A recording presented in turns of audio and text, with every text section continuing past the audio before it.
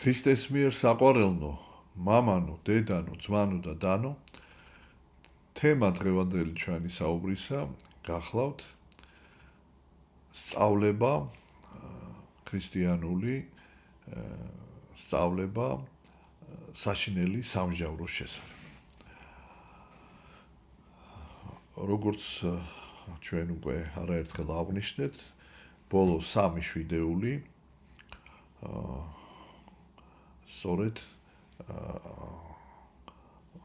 არის მოსამზადებელი პერიოდი დიდი მარხვის წინა 3 ვიდეოული მოსამზადებელი პერიოდი დიდი მარხვისთვის. ამ ვიდეოულების კვირა დღეს წაკითხული სახარებები სწორედ აი გვასწავლიან, გვახსენებენ თუ როგორ უნდა გავატაროთ დიდი მარხვა, რომ ღირსი გავხდეთ აღდგომის დღესასწაულზე ღვთის მადლის მიღებისა, აღმადგინებელი მადლის მიღებისა, სულიერი და ხორციელი ჩვენი ძალების განახლებისა. და აი ორიგი ესეთი ვიდეოულის, რომელსაც ხორციელი ვიდეოული ეწოდება, ხორციელი ვიდეოულის კვირა დღეს ეწოდება საშინელი სამჟავროს დღე. ეს ხდება საშინელი სამჟავროს გახსენება და აი რა არის ამ რატომ აირჩია სწორედ ეკლესიამ ეს თემა, რადგანაც აი ამ ზადების პერიოდში ანუ დიდი მარხვის წინა მოსამზადებელ პერიოდში ჩვენი ყურადღება გამახვილებულია იმ სათნოებებზე, რომელთაც უნდა უზრუნველყონ ჩვენი შინაგანი სამყაროს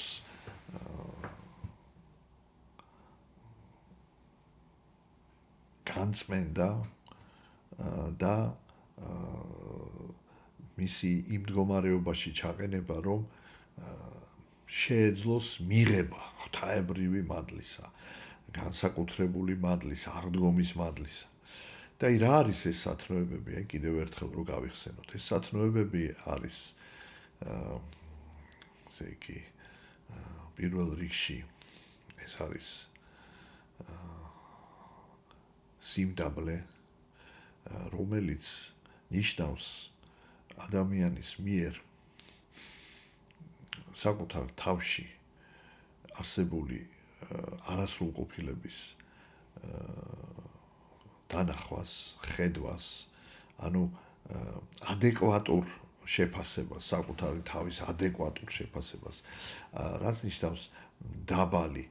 დაბალი ნიშნავს არასრულყოფილი. ასე ვთქვათ, იდეალთან ჯერ კიდევ ვერ მიახლოებული. ადამიანი ასეთი არასრულყოფილი არსება, თუმცა იგი მოწოდებულია სრულყოფილებისათვის და სრულყოფილების უმაღლესი ფორმისათვის, რასაც ქვია ღვთისშვილობა, ანუ მადლით განღმრთ, მადლით ღმერთად გახდომა.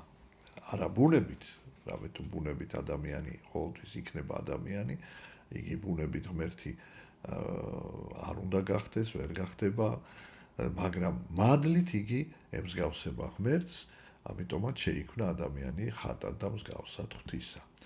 და აი ეს სრულყოფილებისკენ სწრაფვა თავისთავად ნიშნავს, რომ ჯერჯერობით ადამიანი მიუხედავად იმისა, რომ ღმერთმა იგი უცოდველი შექმნა, ჯერჯერობით ადამიანი არ არის სრულყოფილი, იგი და მისი მთავარი სათნოება უნდა იყოს სიმდაბლე, ანუ ხსოვნა იმისა, რომ მას არ აქვს სრულყოფილი სათნოებანი, სრულყოფილი არ არის ჯერ მისი ასე ვთქვათ ადამიანური ბუნება ჯერ არ არის სრულყოფილი, მაგრამ მას ამის შესაძლებლობა აქვს.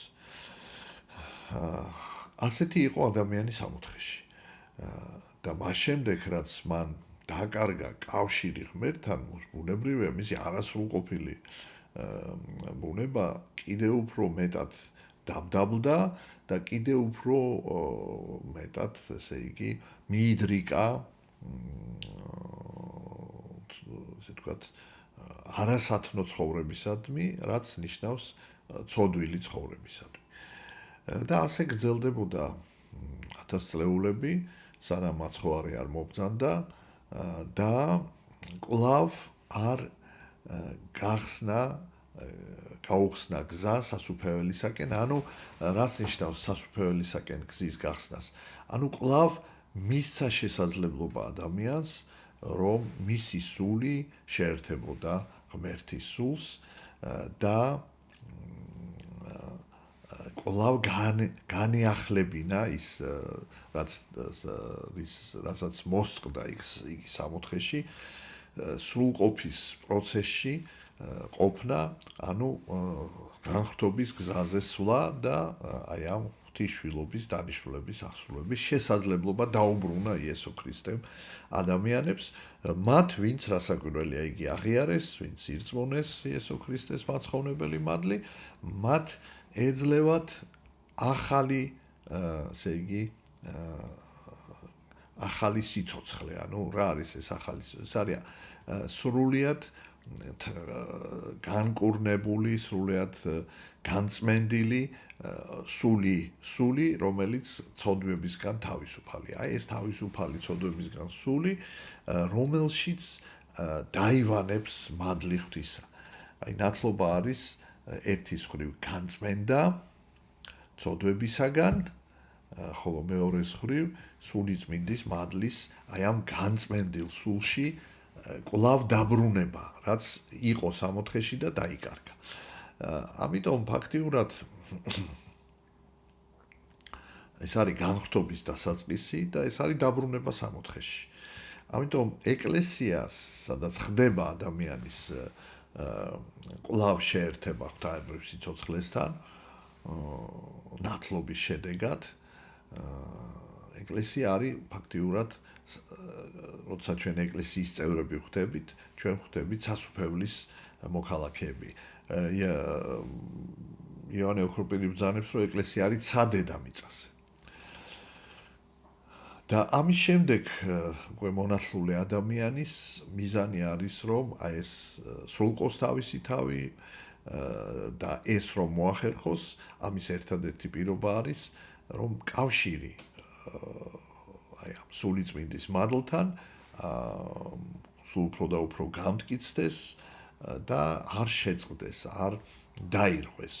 თუმცა სწორედაც აი ქრისტიანული ცხოვრების წესი და ისტორია ქრისტიანული ცხოვრებისა, ეკლესიის წევრებისა გვაჩვენებს, რომ ამას ეწინააღმდეგება ბოროტი ძალა, ბოროტი სული, რომელიც ადამიანს უბიძგებს ცოდვისაკენ, ზოგჯერ ეს ხდება შეგნებულად, ზოგჯერ ეს ხდება შეუგნებლად და აი ამ ბრძოლაში ადამიანი ზოგჯერ იმარჯვებს, ზოგჯერ მაცხდება.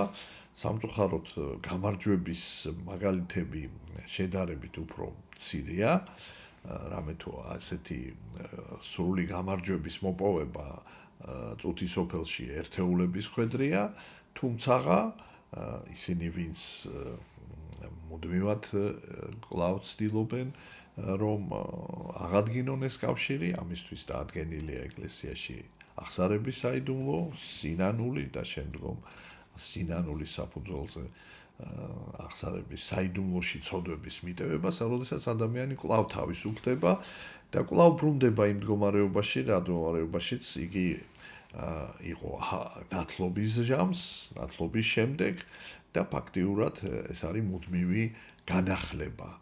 ანუ ქრისტიანის ცხოვრება ეს არის მუდმივი განახლება ღმერთთან, ცოდვების შედეგად შესუსტებული თუ ზოგჯერ აი გაწყვეტის პირას მიყვანილი კავშირისა, ან და შეიძლება საერთოდაც გაწყვეტისა, იმიტომ რომ არის ესეთი მომენტები, როდესაც ადამიანები შეიძლება იმდენად დამძიმდნენ ცოდვით, რომ რაღაც მომენტში მათი კავშირიც კი გაწყდეს, მაგრამ თუ ამის შენანება, მონანიება მოხდება, ადამიანი კვლავ უბრუნდება სიცოცხლეს.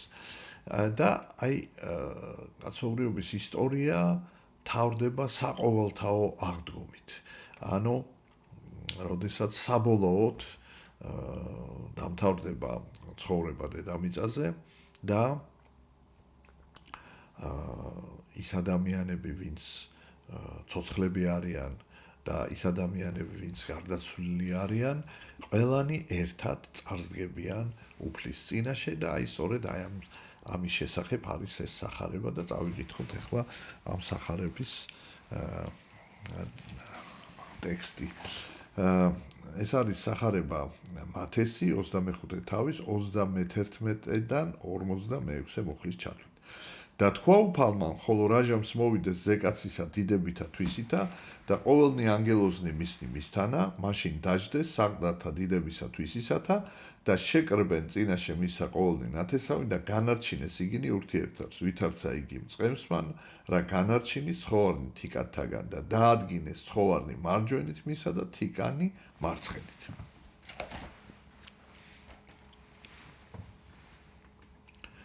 ესე იგი სახარება გვეუბნება, რომ აი რა მოხდება მაშინ, რაჟამს მოვიდეს ზეკაცისა დიდებითა თვისით. ესე იგი პირველი მოსვლა იყო სიმდაბლით, მონის მდგომარეობაში, უპოვარებაში, გაჭირვებაში, მრავალი, ასე ვთქვათ, შეურაცხყოფა დაითმინა მაცხოვარმა, ჯვარცმა სიკვდილი, ხოლო მეორედ მოსვლა მაცხოვრისა იქნება დიდებით. ანუ გაიხსნება ზეცა და გამოჩნდება მაცხოვარი ყოველთა ანგელოზთათან. ანუ ეს იქნება შემთხვევა, რაც არ ყოფილა კაცობრიობის ისტორიაში, როცა მთელი ზეცა დაიფარება, ასე ვთქვათ, ანგელოზთა დასებით. და დაждდება მაცხოვარი თავის საყდარზე, ანუ ამ შემთხვევაში და ჩატარდეს, ესე იგი, განსჯა, ესე იგი, როგორც მაცხოვარი ამბობს, მომეცამე ხელმწიფება განსჯა ცხოველთა და უტართა.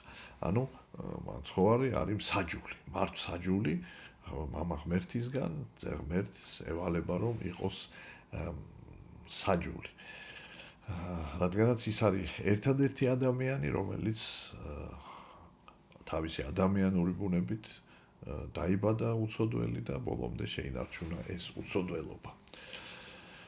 და ანგელოზებთან ერთად მოდის და ასევე ცნობილია, რომ წმინდანებიც იქნებიან, მიიღებენ მონაწილეობას ამ განსჯაში.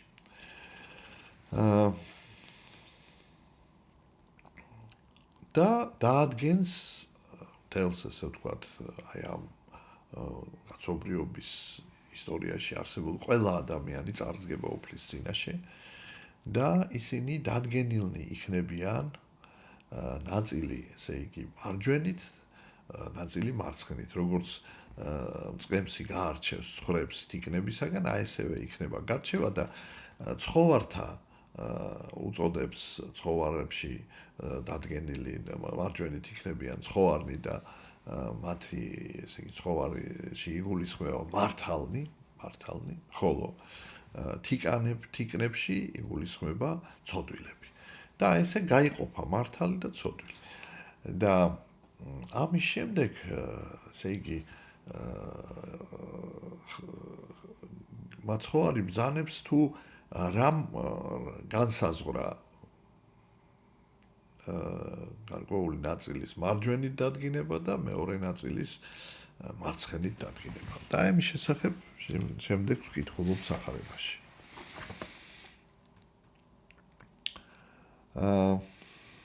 მაშინ რქოს მეუფემან მარჯვენითა მათ მისთან. მოვედით კურთხეულო მამისა ჩემისამ და დაიმკვიდრეთ გამზადებული თქვენთვის სასუფეველი დასაბამიდან სოფლისად. რამე თუ მშიოდა და მეცით მეჭამადი, წყუროდა და მასუთმე, უცხო ვიყავდა შემიწყალეთმე, შიშველ ვიყავდა შემოსეთმე, სნეულ ვიყავდა მომხედეთმე, საპყრობილისა ვიყავდა მოხვედით ჩემდა. მაშინ მიუგონ მას მართალთა მათ და რქუან უფალო, ოდეს გიხილეთ შენ მშიერი და გამოგზავნეთ. ანუ წყურიელი და გასვით შენ, ოდეს გიხილეთ შენ უცხო და შეგიწყალეთ, ანუ შიშველი და შეგმოსეთ. შენ, ოდეს გიხილეთ შენ უძლური, ანუ საპყრობილისა და მოვედით შენდა. და მიუგოს მეუფემან მან და რქუას ამინ გეტყვით თქვენ რაოდენი უყავთ ერთს ამას მცირეთაგანსა ძმათა ჩემთასა იგი მე მიყავთ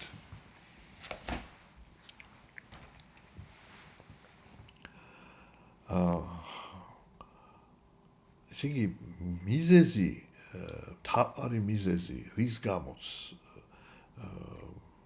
მარჯვენით ანუ მართალთა გუნდში აღმოჩნდება ადამიანი და როგორც მაცხოვარი ბრძანებს არის ის რომ ადამიანი მოყვასის მიმართ იყო გულმოწყალე რომ მას მოყვასის გაჭირვება მისთვის ესე ვთქვათ მას აწუხებდა იგი უთანაგრძნობდა და ძალისაებთვისისა ეხმარებოდა აი ეს სათნოება ანუ სიყვარული მოყვასისა ეს სათნოება არის უმთავრესი სათნოება რომლის შესახებ სახარებაში წერია რომ ორი მთავარი ცნება გიყვარდეს უფალი ღმერთი შენი და გიყვარდეს მოყვასი შენი და აი ამ სათნოების აღსრულებისას მაცხოვარი ამბობს რომ ჩვენ ფაქტიურად გვიყვარს რა ადამიანი ვინაიდან იგი არის ხატი და მსგავსი ღვთისა ჩვენ ამით ღვთის სიყვარულსაც გამოვხატავ და ამბობს მაცხოვარი რომ რაც ერთ მცირეთაგანს უყავით ის მე მიყავით ანუ ფაქტიურად მოყვასის სიყვარული გულისხმობს ღმერთის სიყვარულს და აღსრულებას მცნებისას სრულ აღსრულებას მაგრამ აი საინტერესო რა არის რომ რა იწვევს ამ მოყვასის სიყვარულს როგორ მიდის ადამიანი მოყვასის სიყვარულთან მოყვასის სიყვარულთან ადამიანი მიდის სწორედ აი სიმდაბლით სინანულით და სასოებით აი რაზეც სწორედ ჩვენ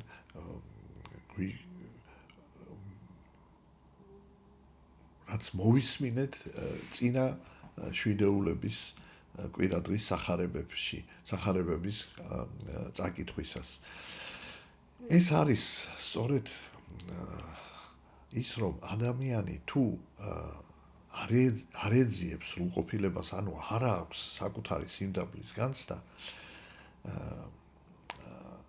ასეთი ადამიანი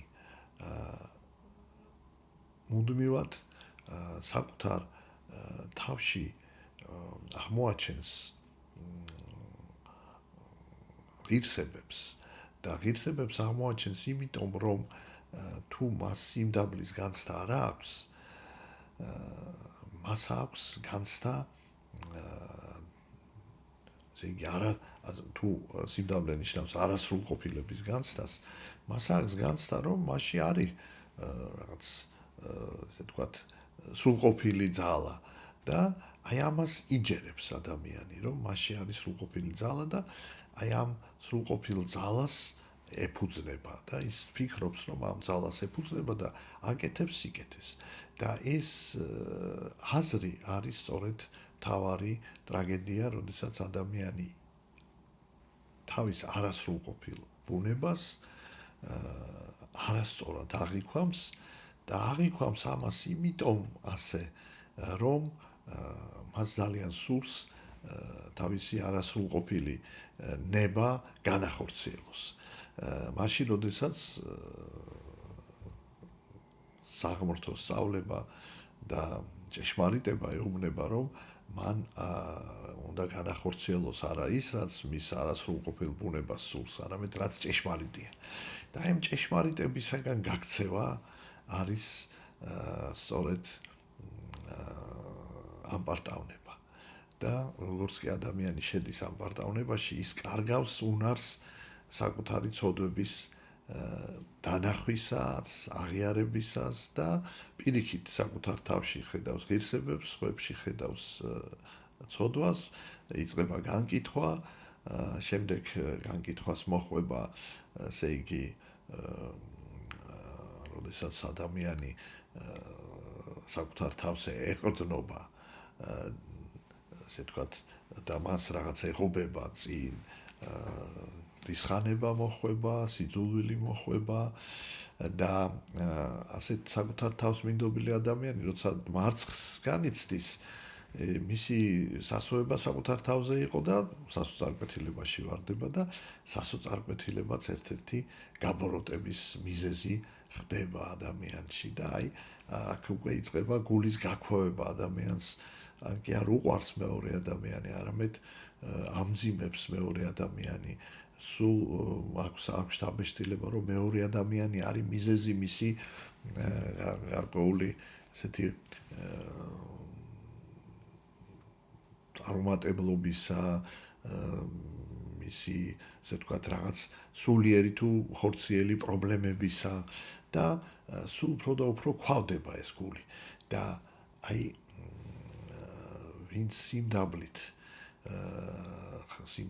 არის გამსჭვალული საკუთარ არასრულყოფილებას ხედავს, საკუთარ შეცდომებს აღმოაჩენს, აღიარებს, ინანიებს, შემდეგ ამყარებს სასოებას არა საკუთარ თავზე, არამედ ღმერთზე.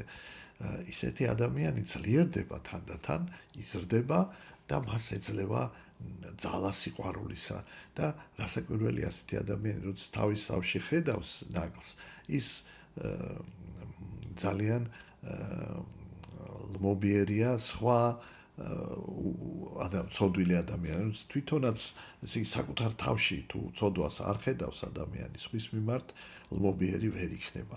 და ეს ულმობელობა ბადებს გულგრილობას და გარკვეულ საფეხურზე სიძულვილს, ხოლო ეს შემოსვლილი გული საკუთარი თავისში ცოდვის დანახვა ბადებს თანაგრძნობას მეორე ადამიანისა, იმიტომ რომ შენ იცი რომ შენს როგორც შენ გჭირდება კურნება, მიტევება, ისე ჭირდება იმასაც და მობიერი ხარ და უთანაგრძნობ ადამიანს. და აქედან იწყება უკვე სიყვარული. და მხოლოდ ასეთი ადამიანები შეძლებენ შეინარჩუნონ მოსიყვარულე გული, თანაგრძნობა, გულმოწყალება, ხოლო აპარტავნებაში მყოფი ადამიანები რასაკვირველია ამას კარგავენ და ეს არის შედეგი, ესე იგი, რაც ჩვენ ის მიგვიყვანს ღმერთთან, ესე იგი, ეს არის სიყვარულის სათნოება. და სწორედ ეს საჩინელი ჩამჯარო გეუბნება, რომ ჩვენი სიმდაბლის, სინანულის სასოების შედეგი იქნება სიყვარული. თუ ნამდვილად ჩვენ გვაქვს ეს სიმდაბლე, ნამდვილად გვაქვს სინანული, ნამდვილად გვაქვს სასოება, აუცილებლად ჩვენ გვექნება სიყვარული და თუ ჩვენ სიყვარული არ გვაქვს, ეს ნიშნავს, რომ ჩვენ ვიყავით ამპარტავნებაში, ვიყავით განკითხვაში, მრიცხანებაში და სიძულში და ამიტომაც ჩვენ ვერ ვიზრუნეთ მოყვასზე და იმ ნაწილს, რომელიც მარცხენით იქნება დადგენილი, ანუ ცოდვილთა გზაზე, უფალი ეტყვის, რომ წარვედით, ახლა წავიკითხოთ.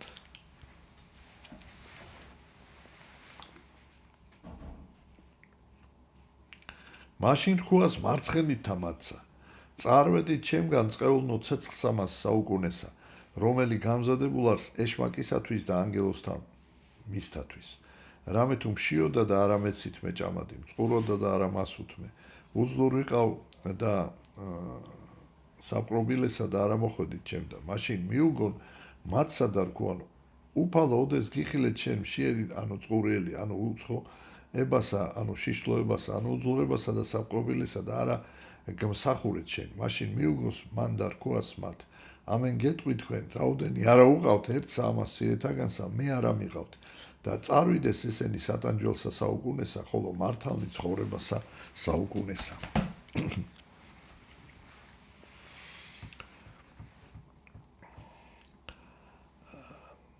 ესე იგი, მარცხენით დადგენილებს ეტყვის, რომ თქვენ ამ გულმოწყალების საქმეს არ აკეთებთ, იმიტომ რომ თქვენი გული იყო გაქვავებული. და წარვედითო საუკუნესაო, ესე იგი, სასჯელსაო, რომ და ცეცხლსაო, რომელი გამზადებულარს ეშმაკთათვის, იგი ადამიანებისთვის არ იყო გამზადებული საუკუნო სასჯელი, მხოლოდ ბოროტის სულისათვის, რადგანაც ბოროტის სულის შემოbrunება შეუძლებელი იყო. მაგრამ ადამიანის შემოbrunება შესაძლებელი იყო, ამიტომ ადამიანისთვის არ იყო, მაგრამ ის ადამიანები, ვინც გაისასტიკეს გული და ფაქტიურად ბოროტის სული ჩასახლდა მათ სამყაროში, მათ სულში.